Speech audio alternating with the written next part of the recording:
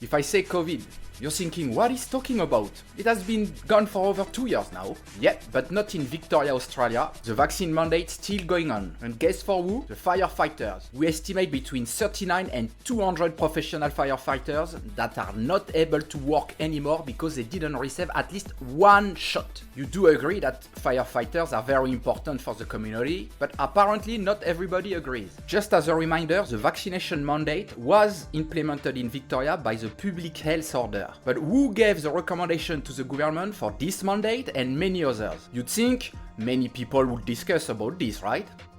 You're wrong. It's actually Professor Brendan Murphy, who actually served as an Australian Chief Medical Officer, a CMO, until June 2020, and then the Secretary of the Department of Health. What could be his specialty? Knowing that he was advising the government about a virus. You should pause the video and comment what could be his specialty. I'm curious. So you guessed it? Ready? He is a nephrologist. You probably never heard about this one. It's a specialist in kidney condition and kidney failure.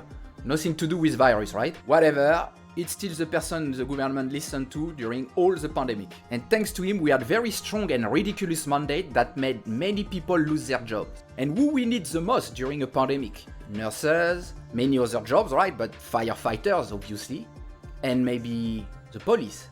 But that's what happened. The police now of Queensland is starting a class action against the state government because they believe the mandatory COVID vaccination directive were coercive and limiting human rights.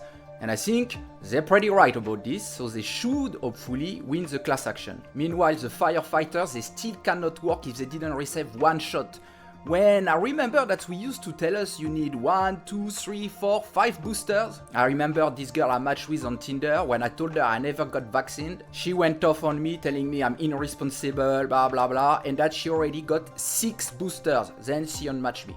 Thanks God. She works for a health insurance. Nutcase. So we do know that the mandate were too harsh. We know it for over a year and more. We lived it. So what our Prime Minister Anthony Albanese said he will do a year ago. He said he will open a royal commission to comprehensively analyze the COVID-19 response, including the impact on people with the quarantine and the lockdown measure. But of course, you guess, nothing happened. Instead, the government opted for an independent inquiry and the result came out last month. Let's look at the key findings. It appears that the long curfew, quarantine, school closure, etc.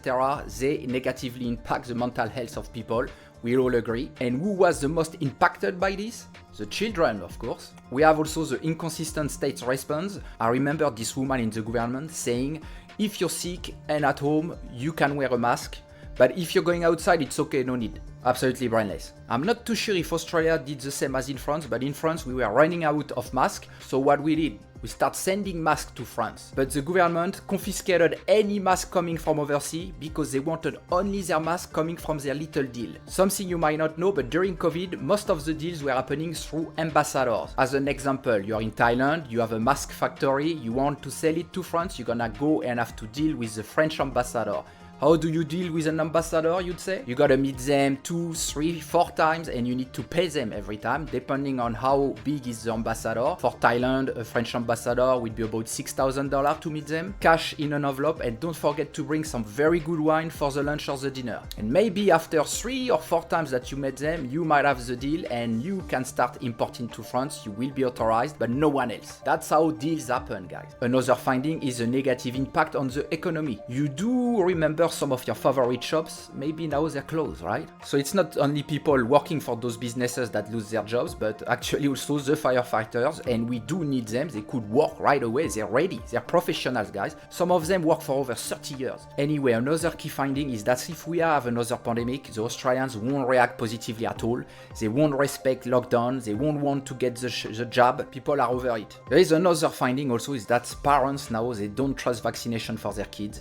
There is a big issue with that. You know that kids receive a lot of vaccines. I can't remember how many here. I know in France it's about 27 if I'm right. It's just insane. One of them is tetanus. Why we inject babies with that? You think a baby's gonna go around and touch some metal and cut himself or whatever? Absolutely brainless again. So I understand why parents are more concerned about this and more careful now. Because now we do know that the COVID vaccination was rushed out and not that effective. And for some people, they think it's not evictive at all. I don't know, but the time will tell us. Anyway, a royal commission will have been very interesting, but of course the Labour, that is the government in place, doesn't really want it, because it's pointing their wrongdoing, what wrong things they said, and already in some cases they said that they don't remember. I don't remember saying this or that.